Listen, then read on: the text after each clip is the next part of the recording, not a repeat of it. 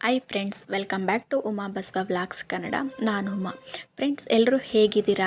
I hope ಎಲ್ಲರೂ ಚೆನ್ನಾಗಿದ್ದೀರಾ ಅಂತ ಅನ್ಕೋತೀನಿ. ಇವತ್ತು ಭಾನುವಾರ, ಬೆಳಿಗ್ಗೆ ಆಲ್ರೆಡಿ 10 ಗಂಟೆ ಆಗಿದೆ. ನಾವು ಸ್ವಲ್ಪ ಎದ್ದಿದ್ದು ಲೇಟ್ ಆಗಿದ್ದರಿಂದ ಸ್ವಲ್ಪ ತಿಂಡಿ ಮಾಡೋದು ಕೂಡ ಲೇಟ್ ಆಗೋಯಿತು. ಹಸ್ಬೆಂಡು ಕೆಲಸ ಇದೆ, ಅದನ್ನು ಮುಗಿಸ್ಕೊಂಡು ನಾನು ಶಾಪ್ ಹತ್ರ ಹೋಗ್ತೀನಿ ಅಂತ ಅವರು ಸ್ವಲ್ಪ ಬೇಗ ಹೋಗಿದ್ರು. ಅವರು ಹೋಗ್ಬೇಕಾದ್ರೆ ಕೇಳಿದ್ರು ಏನಾದರೂ ಬೇಕಾ ಅಂತ, ತಿಂಡಿ ಏನು ಮಾಡ್ತೀರಾ ಅಂತ. ನಾನು ಸ್ವಲ್ಪ ಟೊಮೊಟೊ ಬಾತ್ ಮಾಡ್ತೀನಿ ಅಂತ ಹೇಳಿದೆ. ಅದಕ್ಕೇನಾದರೂ ಬೇಕಾ ಅಂದಿದ್ರು. ಸೊ ನನಗೇನು ಬೇಡ, ಬರೀ ಹಾಲು ತಂದುಕೊಡಿ ಅಂತ ಹೇಳಿದೆ. ಸೊ ಅವರು ಬರೀ ಹಾಲು ತಂದುಕೊಟ್ಬಿಟ್ಟೆ ಹೋಗಿದ್ರು. ಆಮೇಲೆ ನೆನಪಾಯಿತು ಇದಕ್ಕೆ ಸ್ವಲ್ಪ ಮೊಸರು ಬೇಕಿತ್ತು ಅಂತ. ಸೊ ಇವಾಗ ಹೇಳಿದ್ರೆ ಅವರು ಮೊಸರಿಗೋಸ್ಕರ ಶಾಪ್ ಕ್ಲೋಸ್ ಮಾಡ್ಕೊಂಡು ಬರೋಕ್ಕಾಗಲ್ಲ ಅಂತ ಹೇಳ್ಬಿಟ್ಟು ಸೊ ಇದನ್ನೇ ಹಾಕೊಂಡು ತೊಗೊಂಡು ಹೋಗ್ತಾ ಇದ್ದೀನಿ. ಅವರು ಒಂದು 2-3 ಸಲ ಕೇಳಿದ್ರು, ನೀನು ಪಾಪು ಇಟ್ಕೊಂಡು ಬರೋಕ್ಕಾಗಲ್ಲ, ಏನಾದರೂ ಬೇಕಾ ಅಂತ. ಬಟ್ ನಾನು ಏನು ಬೇಡ, ಬರೀ ಹಾಲೊಂದು ತಂದುಕೊಡಿ ಅಂತ ಹೇಳಿದ್ದೆ. ಸೊ ಬರೀ ಅವ್ರು ಹಾಲು ತಂದುಕೊಟ್ಬಿಟ್ಟು ಹೋದರು. ನಾನು ಅಷ್ಟರಲ್ಲಿ ಅದೇ ಬರೀ ಬಾತ್ನೇ ಹಾಕ್ಕೊಂಡು, ಪಲಾವ್ನೇ ಹಾಕ್ಕೊಂಡು ಶಾಪ್ ಹತ್ರ ಬಂದೆ. ನನ್ನ ಮಗ ಬಿಟ್ಟರೆ ಸಾಕು, ಶಾಪಲ್ಲಿರೋದು ಎಲ್ಲನೂ ಆ ಕಡೆಯಿಂದ ಈ ಕಡೆಯಿಂದ ಆ ಕಡೆಗೆಲ್ಲ ಎಳೆದು ಬಿಸಾಕ್ತಾ ಇರ್ತಾನೆ. ಇವತ್ತು ಭಾನುವಾರ ಆಗಿದ್ದರಿಂದ ಶಾಪಲ್ಲಿ ಅಷ್ಟೇನು ಕಸ್ಟಮರ್ ಇರಲ್ಲ. ಸ್ವಲ್ಪ ಶಾಪ್ ಕ್ಲೀನ್ ಮಾಡ್ಕೊಳ್ಳೋಣ ಅಂತ ಮಾಡ್ಕೋತಾ ಇದ್ದೀವಿ. ಸ್ವಲ್ಪ ಮೇನ್ ರೋಡಲ್ಲಿರೋದ್ರಿಂದ ಸ್ವಲ್ಪ ಧೂಳು ಜಾಸ್ತಿ, ಅವಾಗವಾಗ ನಾವು ಕ್ಲೀನ್ ಮಾಡ್ಕೋತಾನೆ ಇರ್ತೀವಿ. ಇನ್ನೂ ಬೇಸಿಗೆಗಾಲ ಗಾಳಿ ಶುರುವಾಯಿತು ಅಂತ ಹೇಳಿದ್ರೆ ತುಂಬಾ ಧೂಳಾಗ್ಬಿಡುತ್ತೆ. ಮತ್ತು ಆಷಾಢದಲ್ಲಂತೂ ಸಿಕ್ಕಾಪಟ್ಟೆ ಧೂಳಾಗ್ಬಿಡುತ್ತೆ. ಮತ್ತು ನಾನು ಸ್ವಲ್ಪ ಅಂಗಡಿ ಬಿಟ್ಟು ಕೆಲಸ ಬಿಟ್ಟು ಸುಮಾರು ಒಂದು 9 ತಿಂಗಳಾಗಿದ್ದರಿಂದ ಸ್ವಲ್ಪ ಜೆರಾಕ್ಸ್ ಮಾಡೋದು ಸೆಟ್ಟಿಂಗ್ಸ್ ಎಲ್ಲ ಮರ್ತೋಗ್ಬಿಟ್ಟಿದೆ. ಅದನ್ನು ಸ್ವಲ್ಪ ಅವ್ರು ಹೇಳ್ಕೊಡ್ತಾ ಇದ್ರು, ಈ ಥರ ಮಾಡು ಅಂತ. ಆವಾಗವಾಗ ಸ್ವಲ್ಪ ನೆನಪಾಯಿತು, ಹೌದಲ್ವ ಈ ಥರ ಮಾಡೋದು ಅಂತ. ಸ್ವಲ್ಪ ಸಿಸ್ಟಮ್ ವರ್ಕ್ ಕೂಡ ಎಲ್ಲ ಮರ್ತೋಗ್ಬಿಟ್ಟಿದೆ.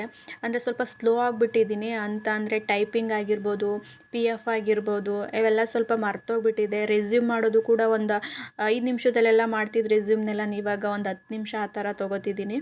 ಮತ್ತು ಬೆಳಿಗ್ಗೆಯಿಂದ ಸ್ವಲ್ಪ ವಾತಾವರಣ ಫುಲ್ಲು ಕೋಲ್ಡ್ ಇದೆ. ಸ್ವಲ್ಪ ಮಳೆ ಬಂತು, ಅಷ್ಟೇನು ತೀರಾ ಜಾಸ್ತಿನೂ ಬಂದಿರಲಿಲ್ಲ, ಸ್ವಲ್ಪ ಮಳೆ ಬಂತು. ಸೊ ಅದಾದಮೇಲೆ ನಾನು ಸ್ವಲ್ಪ ಮನೆಗೆ ಬಂದುಬಿಟ್ಟಿದೆ. ಬೆಳಿಗ್ಗೆ ಸ್ವಲ್ಪ ಪಲಾವ್ ಜಾಸ್ತಿ ಮಾಡಿಬಿಟ್ಟಿದೆ. ಸೊ ಹಾಗಾಗಿ ಅದು ಕಾಂಬಿನೇಷನ್ ಆಗಿ ಏನಾದರೂ ಸ್ಪೈಸಿಯಾಗಿ ಮಾಡೋಣ ಅಂತ ಮೊಟ್ಟೆ ಫ್ರೈ ಮಾಡ್ತಾಯಿದ್ದೀನಿ. ಇದಕ್ಕೆ ಫಸ್ಟು ಮಸಾಲೆ ರೆಡಿ ಮಾಡ್ಕೋತಾ ಇದ್ದೀನಿ. ಮೊದಲು ಒಂದು ಜಾರ್ಗೆ 1 ಗೆಡ್ಡೆ ಈರುಳ್ಳಿ, ಮತ್ತು 1-2 ಹಸಿಮೆಣ್ಸಿನ್ಕಾಯಿ, 1-2 ಇಂಚು ಶುಂಠಿ, 1 ಗೆಡ್ಡೆ ಬೆಳ್ಳುಳ್ಳಿ, ಮತ್ತು ಸ್ವಲ್ಪ ಪುದೀನ ಸೊಪ್ಪು, ಸ್ವಲ್ಪ ಕೊತ್ತಂಬರಿ ಸೊಪ್ಪು, 1 ಟೊಮೊಟೊನ ಹಾಕಿ ಇದಕ್ಕೆ ಸ್ವಲ್ಪ ನೀರು ಹಾಕಿ ನುಣ್ಣಗೆ ರುಬ್ಕೋತಾ ಇದ್ದೀನಿ. ಫಸ್ಟು ನಾನು ಮಸಾಲೆ ರೆಡಿ ಮಾಡಿಕೊಂಡೆ ನೋಡಿ, ಈ ಥರ ನುಣ್ಣಗೆ ರುಬ್ಕೋತಾ ಇದ್ದೀನಿ. ಇದಾದಮೇಲೆ ನಾನು ಫಸ್ಟೇ ಒಂದು 4 ಮೊಟ್ಟೆನ ಬೇಯಿಸಿ ಆರಾದಮೇಲೆ ಅದನ್ನು ಸಿಪ್ಪೆ ತೆಗೆದಿಟ್ಕೊಂಡಿದ್ದೆ. ಮತ್ತು ಒಗ್ಗರಣೆಗೆ 1 ಈರುಳ್ಳಿನ ಚಿಕ್ಕದಾಗಿ ಕಟ್ ಮಾಡಿಟ್ಕೊಂಡು, ಒಂದೇ ಒಂದು ಹಸಿಮೆಣ್ಸಿನ್ಕಾಯಿ ಕೂಡ ಕಟ್ ಮಾಡಿ ಹಾಕೋತಾ ಇದ್ದೀನಿ. ಮತ್ತು ಮೊದಲು ಮೊಟ್ಟೆ ಫ್ರೈ ಮಾಡ್ಕೊಳ್ಳೋಣ ಅಂತ ಒಂದು ಬಾಣಲೆನ ಕಾಯಕ್ಕಿಟ್ಟಿದ್ದೀನಿ. ಇದು ಸ್ವಲ್ಪ ಕಾಯೋ ಅಷ್ಟರಲ್ಲಿ ಒಂದು ಮೊಟ್ಟೆ ಬೇಯಿಸಿಟ್ಕೊಂಡಿದ್ನಲ್ಲ, ಅದನ್ನು ಒಂದು ಮೊಟ್ಟೆನ 2 ಭಾಗ ಮಾಡಿ ಇಟ್ಕೋತಾ ಇದ್ದೀನಿ. ಈ ಥರ 2 ಭಾಗ ಮಾಡಿಟ್ಕೋತಾ ಇದ್ದೀನಿ. 4 ಭಾಗನೂ ಕೂಡ ಮಾಡ್ಕೋಬೋದು. 4 ಭಾಗ ಮಾಡ್ಕೊಬಿಟ್ರೆ ಭಂಡಾರ ಎಲ್ಲ ಸ್ವಲ್ಪ ಅಲ್ಲೇ ಒದ್ರೋಗ್ಬಿಡುತ್ತೆ. ಸೊ ಹಾಗಾಗಿ 2 ಭಾಗ ಮಾಡ್ಕೋತಾ ಇದ್ದೀನಿ. ಮೊಟ್ಟೆ ಎಲ್ಲ ಕಟ್ ಮಾಡಿ ಹಾಕೊಂಡಾದ್ಮೇಲೆ ಈ ಕಡೆ ಬಾಣಲೆ ಕೂಡ ಕಾದಿತ್ತು. ಇದಕ್ಕೆ 1-2 ಟೇಬಲ್ ಸ್ಪೂನ್ ಎಣ್ಣೆ ಕೂಡ ಹಾಕೋತಾ ಇದ್ದೀನಿ. ಎಣ್ಣೆ ಹಾಕೊಂಡ್ಮೇಲೆ ಇದನ್ನು ಫಸ್ಟು ಲೋ ಫ್ಲೇಮಲ್ಲಿ ಇದನ್ನು ಫ್ರೈ ಮಾಡ್ಕೋಬೇಕು. ಜಾಸ್ತಿ ಉರಿ ಕೊಟ್ಕೊಬಿಟ್ರೆ ಎಲ್ಲ ಒಂಥರ ಸೀದೋದಂಗೆ ಆಗ್ಬಿಡುತ್ತೆ. ಈ ಥರ ಎಣ್ಣೆ ಕೂಡ ಕಾದಿತ್ತು. ಇದಕ್ಕೆ 1/4 table spoon red chilli powder ಹಾಕೋತಾ ಇದ್ದೀನಿ. ಇದು ಸ್ವಲ್ಪ ಫ್ರೈ ಮಾಡ್ಕೋಬೇಕು. ನೋಡಿ, ಈ ಥರ ಎಲ್ಲ ಫ್ರೈ ಆದಮೇಲೆ ಇದಕ್ಕೆ ಸ್ವಲ್ಪ ಉಪ್ಪು ಹಾಕೋಬೇಕು. ಮೊಟ್ಟೆ ಬೇಯಿಸೋಕ್ಕೂ ಸ್ವಲ್ಪ ಉಪ್ಪು ಹಾಕ್ಕೊಂಡಿದ್ದೆ. ಸೊ ಇದಕ್ಕೆ ಸ್ವಲ್ಪ ಉಪ್ಪು ಹಾಕ್ಕೊಂಡು, ಉಪ್ಪು ಮತ್ತು ರೆಡ್ ಚಿಲ್ಲಿ ಪೌಡ್ರು 2 ಮಿಕ್ಸ್ ಆಗೋವರೆಗೂ ಫ್ರೈ ಮಾಡ್ಕೋಬೇಕು.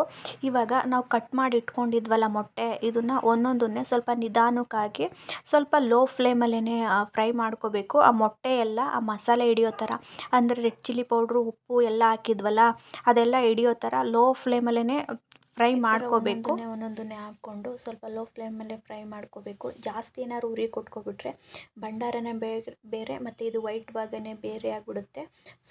ನೋಡ್ತಿರ್ಬೋದು, ಮೊಟ್ಟೆ ಎಲ್ಲೂ ಒಡೆದೋಗಿಲ್ಲ, ಅಂದರೆ ಭಂಡಾರನೇ ಬೇರೆ, ಬಿಳಿ ಭಾಗನೇ ಬೇರೆ, ಎಲ್ಲೂ ಒಡೆದೋಗ್ತಿಲ್ಲ. ಇದು ಆಲ್ಮೋಸ್ಟ್ ಎಲ್ಲ ಫ್ರೈ ಆಗಿದೆ. ಇದಕ್ಕೆ ಬೇಕಾದರೆ ನೀವು ಸ್ವಲ್ಪ ಧನಿಯಾ ಪೌಡ್ರ್ ಮತ್ತು ಗರಂ ಮಸಾಲೆ ಹಾಕಿ ಸ್ವಲ್ಪ ಸೈಡ್ ಡಿಶ್ ಥರ ಯೂಸ್ ಮಾಡ್ಕೋಬೋದು. ನೋಡಿ, ಆಲ್ಮೋಸ್ಟ್ ಎಲ್ಲ ಬೆಂದಿದೆ. ಸೊ ಫೈನಲಿ ಮೊಟ್ಟೆನೂ ಕೂಡ ಫ್ರೈ ಮಾಡ್ಕೊಂಡಾಯಿತು. ಇವಾಗ ಗ್ಯಾಸ್ ಸ್ಟವ್ ಆಫ್ ಮಾಡಿ ಬೇರೆ ಒಂದು ಪ್ಲೇಟ್ಗೆ ಒಂದೊಂದು ಮೊಟ್ಟೆನ ಸಪ್ರೇಟಾಗಿ ಎತ್ತಿಟ್ಕೋಬೇಕು. ಈ ಥರ ಒಂದೊಂದಾಗಿ ಎತ್ತಿಟ್ಕೊಂಡು ಮತ್ತೆ ನಾನು ಇದೇ ಪಾತ್ರೆನ ತೊಳೆದು ಯೂಸ್ ಮಾಡ್ತಾ ಇದ್ದೀನಿ. ಇವಾಗ ಒಂದು 2 ಟೇಬಲ್ ಸ್ಪೂನ್ ಎಣ್ಣೆ ಹಾಕೋತಾ ಇದ್ದೀನಿ. ಎಣ್ಣೆ ಕಾದ್ಮೇಲೆ ಇದಕ್ಕೆ ನಾವು ಈರುಳ್ಳಿ ಕಟ್ ಮಾಡಿಟ್ಕೊಂಡಿದ್ವಲ್ಲ ಅದನ್ನು ಹಾಕೋತಾ ಇದ್ದೀನಿ. ಸಣ್ಣ ಸಣ್ಣದಾಗಿ ಈರುಳ್ಳಿ ಕಟ್ ಮಾಡಿಟ್ಕೊಂಡಿರೋದನ್ನು ಹಾಕೋತಾ ಇದ್ದೀನಿ. ಇದನ್ನು ಚೆನ್ನಾಗಿ ಹಸಿ ವಾಸನೆ ಹೋಗೋವರೆಗೂ, ಅಂದರೆ ಇದು ಸ್ವಲ್ಪ ಬ್ರೌನ್ ಕಲರ್ ಬಂದು ಟ್ರಾನ್ಸ್ಪರೆಂಟ್ ಆಗೋವರೆಗೂ ಚೆನ್ನಾಗಿ ಫ್ರೈ ಮಾಡ್ಕೋತಾ ಇದ್ದೀನಿ. ಹಸಿ ವಾಸನೆ ಇದ್ರೆ ಅಷ್ಟು ಚೆನ್ನಾಗಿ ಬರಲ್ಲ. ಸೊ ಇದನ್ನು ಚೆನ್ನಾಗಿ ಫ್ರೈ ಮಾಡ್ಕೋತಾ ಇದ್ದೀನಿ. ಈರುಳ್ಳಿನೂ ಕೂಡ ಚೆನ್ನಾಗಿ ಫ್ರೈ ಆಗಿದೆ.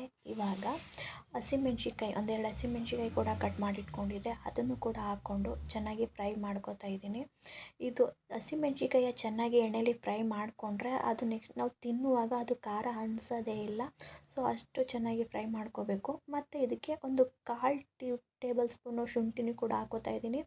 ಮಸಾಲೆ ರುಬ್ಬಕ್ಕೆ ಸ್ವಲ್ಪ ಶುಂಠಿ ಮತ್ತು ಬೆಳ್ಳುಳ್ಳಿ ಹಾಕಿದ್ರಿಂದ ಇವಾಗ ಒಂದು 1/4 ಟೇಬಲ್ ಸ್ಪೂನಷ್ಟು ಮಾತ್ರ ಶುಂಠಿ ಬೆಳ್ಳುಳ್ಳಿ ಪೇಸ್ಟ್ ಹಾಕೋತಾ ಇದ್ದೀನಿ. ಸ್ವಲ್ಪ ಫ್ಲೇವರ್ ಚೆನ್ನಾಗಿ ಬರುತ್ತೆ. ಇದಾದಮೇಲೆ ನಾನು ಫಸ್ಟು ರುಬ್ಬಿಟ್ಕೊಂಡಿದ್ನಲ್ಲ ಮಸಾಲೆ, ಇದನ್ನು ಹಾಕ್ಕೊಂಡು ಚೆನ್ನಾಗಿ ಫ್ರೈ ಮಾಡ್ಕೋತಾ ಇದ್ದೀನಿ. ಇದು ಸ್ವಲ್ಪ ಹಸಿ ವಾಸನೆ ಹೋಗೋವರೆಗೂ ಫ್ರೈ ಮಾಡ್ಕೋಬೇಕು. ಫಸ್ಟು ಈ ಥರ ಮಸಾಲೆ ಹಾಕ್ಕೊಂಡ್ಮೇಲೆ ಒಂದು 2-3 ನಿಮಿಷ ಇದೇ ಥರ ಫ್ರೈ ಮಾಡ್ಕೋಬೇಕು. ನೀರನ್ನ ಸಡನ್ನಾಗಿ ಹಾಕೋಕ್ಕೆ ಹೋಗಬಾರ್ದು. ಈ ಥರ ಹಾಕೊಳ್ಳೋದ್ರಿಂದ ಸ್ವಲ್ಪ ಚೆನ್ನಾಗಿ ಬರುತ್ತೆ. ಇದಾದಮೇಲೆ ಸ್ವಲ್ಪ ಹಸಿ ವಾಸನೆ ಹೋಗಿದ್ದು ಗೊತ್ತಾಗುತ್ತೆ ಅಲ್ವಾ, ಆವಾಗ ನಮಗೆ ಎಷ್ಟು ಬೇಕೋ ಅಷ್ಟು ನೀರನ್ನು ಆ್ಯಡ್ ಮಾಡ್ಕೋಬೇಕು. ಇದು ಗ್ರೇವಿ ಬಂದು ಸ್ವಲ್ಪ ಗಟ್ಟಿಯಾಗೇ ಇದ್ದರೆ ಚೆಂದ, ತೆಳ್ಳೆ ಇದ್ಬಿಟ್ರೆ ಚೆನ್ನಾಗಿರಲ್ಲ. ಮಸಾಲೆ ಬೇರೆ ಮೊಟ್ಟೆ ಬೇರೆ ಆಗಿಬಿಡುತ್ತೆ. ಸೊ ಹಾಗಾಗಿ ಸ್ವಲ್ಪ ಗಟ್ಟಿ ಇದ್ರೇ ಇದು ತುಂಬ ಚೆನ್ನಾಗಿ ಬರುತ್ತೆ. ಇವಾಗ ನೀರು ಹಾಕಿ ಸ್ವಲ್ಪ ಕುದಿಯೋಕೆ ಬಿಡಬೇಕು. ನೋಡಿ ಸುತ್ತ ಎಲ್ಲ ಎಣ್ಣೆ ಬಿಡ್ತಾ ಇದೆ, ಸ್ವಲ್ಪ ಕುದೀತಾ ಇದೆ. ಇದನ್ನು ಮತ್ತೆ ಸ್ವಲ್ಪ ಲೋ ಫ್ಲೇಮಲ್ಲೇ ಇಟ್ಕೋಬೇಕು, ಇಲ್ಲಾಂದರೆ ತಳ ಹಿಡಿಯೋ ಚಾನ್ಸಸ್ ಇರುತ್ತೆ. ಆವಾಗ ಸ್ವಲ್ಪ ಒಂದು ಸೌಟಿಂದ ಈ ಥರ ಎಲ್ಲ ಬಾಡಿಸ್ಕೊತಾ ಇರಬೇಕು. ಇದಾದಮೇಲೆ ನೋಡಿ ಕುದಿ ಬಂದಿದೆ. ಆಲ್ಮೋಸ್ಟ್ ಎಲ್ಲ ಮಸಾಲೆನೂ ಕೂಡ ಬೆಂದು ಇದ್ರ ಘಮ ಕೂಡ ಬರೋಕ್ಕೆ ಸ್ಟಾರ್ಟ್ ಆಗಿದೆ. ನೋಡಿ ತುಂಬಾ ಎಣ್ಣೆ ಎಲ್ಲ ಸೈಡಲ್ಲೆಲ್ಲ ಬಿಟ್ಕೋತಿದೆ. ಈ ಟೈಮಲ್ಲಿ ಇದಕ್ಕೆ 1 ಟೇಬಲ್ ಸ್ಪೂನು ಧನಿಯಾ ಪೌಡ್ರ್ ಹಾಕೋಬೇಕು. ಮತ್ತು 1 ಟೇಬಲ್ ಸ್ಪೂನ್ ಗರಂ ಮಸಾಲ ಮತ್ತು 1 ಟೇಬಲ್ ಸ್ಪೂನು ಮೊಟ್ಟೆ ಮಸಾಲ, ಎಗ್ ಫ್ರೈ ಮಸಾಲ ಅಂತ ಬರುತ್ತಲ್ಲ, ಅದನ್ನು ಹಾಕ್ಕೊಂಡು ಚೆನ್ನಾಗಿ ಫ್ರೈ ಮಾಡ್ಕೋಬೇಕು. ಆ ಮಸಾಲ ಐಟಮ್ದು ಕೂಡ ಸ್ವಲ್ಪ ಹಸಿ ವಾಸನೆ ಹೋಗೋವರೆಗೂ ಕೂಡ ಫ್ರೈ ಮಾಡ್ಕೋಬೇಕು. ಈ ಮಸಾಲ ಬೇಯ್ತಾ ಅಂದರೆ ನಾವು ಲಾಸ್ಟ್ ಹಾಕಿದ್ವಲ್ಲ ಸ್ಪೈಸಿ ಪೌಡ್ರುಗಳು, ಇದು ಮಸಾಲೆ ಬೇಯ್ತಾ ಅದು ಗ್ರೇವಿ ಸ್ವಲ್ಪ ಗಟ್ಟಿಯಾಗಿ ಆಗ್ತಾ ಇರುತ್ತೆ. ಸೊ ಅಲ್ಲಿವರೆಗೂ ಫ್ರೈ ಮಾಡ್ಕೋಬೇಕು. ಇದಾದಮೇಲೆ ಸ್ವಲ್ಪ ರುಚಿ ಹಾಕೋಬೇಕು, ಅಂದರೆ ಉಪ್ಪು ಹಾಕ್ಕೋಬೇಕು. ಏಕೆಂದರೆ ನಾವು ಮೊಟ್ಟೆ ಬೇಯಿಸೋಕ್ಕೂ ಹಾಕ್ಕೊಂಡಿದ್ವಿ ಮತ್ತು ಮೊಟ್ಟೆ ಫ್ರೈ ಮಾಡ್ಕೊಳ್ಳೋಕ್ಕೂ ಹಾಕ್ಕೊಂಡಿದ್ವಿ. ಮತ್ತು ಇವಾಗ ಹಾಕೋದು ಈ ಮಸಾಲೆ ಬೇಯೋಕ್ಕೆ ಮಾತ್ರ, ಮಸಾಲೆ ಉಪ್ಪು ಹಿಡಿಯೋಕ್ಕೆ ಮಾತ್ರ ಸ್ವಲ್ಪ ಉಪ್ಪು ಹಾಕ್ಕೊಂಡು ಚೆನ್ನಾಗಿ ಫ್ರೈ ಮಾಡ್ಕೋಬೇಕು ಲೋ ಫ್ಲೇಮಲ್ಲಿ. ನೋಡ್ತಿರ್ಬೋದು ಮಸಾಲೆನೂ ಕೂಡ ಬೆಂದಿದೆ ಮತ್ತು ನಾವು ಲಾಸ್ಟಲ್ಲಿ ಸ್ಪೈಸಸ್ ಹಾಕ್ಕೊಂಡಿದ್ವಲ್ಲ ಪೌಡ್ರುಗಳು, ಅದನ್ನು ಕೂಡ ಚೆನ್ನಾಗಿ ಬೆಂದಿದೆ. ಈ ಟೈಮಲ್ಲಿ ಒಂದು 1/4 ನಿಂಬೆಹಣ್ಣಷ್ಟು ಸ್ವಲ್ಪ ನಿಂಬೆಹಣ್ಣು ರಸನೂ ಕೂಡ ಹಾಕ್ಕೋಬೇಕು. ನಿಂಬೆಹಣ್ಣು ರಸ ಹಾಕೋದ್ರಿಂದ ಇದಕ್ಕೆ ಒಂದು ಎಕ್ಸ್ಟ್ರಾ ಟೇಸ್ಟ್ ಅನ್ನೋದು ಬರುತ್ತೆ, ಸ್ವಲ್ಪ ನಾನ್ ವೆಜ್ ರಿಲೇಟೆಡ್ ಟೇಸ್ಟ್ ಅನ್ನೋದು ಬರುತ್ತೆ. ಸೊ ತುಂಬಾ ಚೆನ್ನಾಗಿರುತ್ತೆ. ನೋಡಿ ಇವಾಗೆಲ್ಲ ಫೈನಲಿ ಮಸಾಲೆ ಎಲ್ಲ ಬೆಂದಿದೆ. ಇದಕ್ಕೆ ನಾವು ಫಸ್ಟು ಫ್ರೈ ಮಾಡಿ ಇಟ್ಕೊಂಡಿರ್ತೀವಲ್ಲ ಮೊಟ್ಟೆ, ಇದನ್ನು ಸ್ವಲ್ಪ ಹಾಕ್ಕೊಂಡು ಸ್ಟವ್ನ ಸಿಮ್ಮಲ್ಲಿ ಇಟ್ಕೊಂಡು ಒಂದು 2-3 ನಿಮಿಷ ಮಸಾಲೆಯಲ್ಲಿ ಮೊಟ್ಟೆನ ಫ್ರೈ ಮಾಡ್ಕೋಬೇಕು.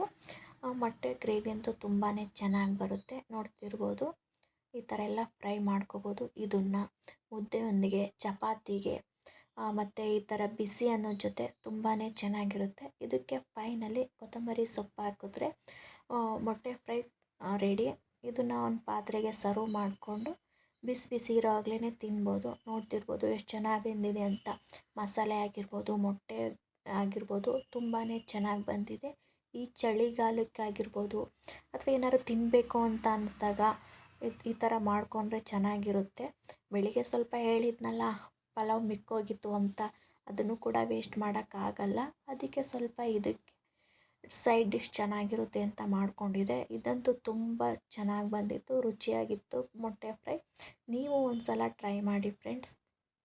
ಫಸ್ಟ್ ಟೈಮ್ ಟ್ರೈ ಮಾಡ್ತಿರೋರು ಕೂಡ ಮಾಡ್ಬೋದು, ತುಂಬಾ ಚೆನ್ನಾಗಿ ಬರುತ್ತೆ. ನೋಡಿ ಎಷ್ಟು ಚೆನ್ನಾಗಿ ಬಂದಿದೆ ಅಂತ. ನನಗಂತೂ ಪರ್ಸ್ನಲಿ ತುಂಬಾ ಇಷ್ಟ ಆಯಿತು. ಇದು ನಾನು ಸೆಕೆಂಡ್ ಟೈಮ್ ಮಾಡ್ತಾ ಇರೋದು. ಸೊ ಚೆನ್ನಾಗಿದೆ. ನೀವು ಒಂದು ಸಲ ಟ್ರೈ ಮಾಡಿ, ಹೇಗಿತ್ತು ಅಂತ ನನಗೆ ಕಾಮೆಂಟ್ ಮೂಲಕ ತಿಳಿಸಿ ಫ್ರೆಂಡ್ಸ್.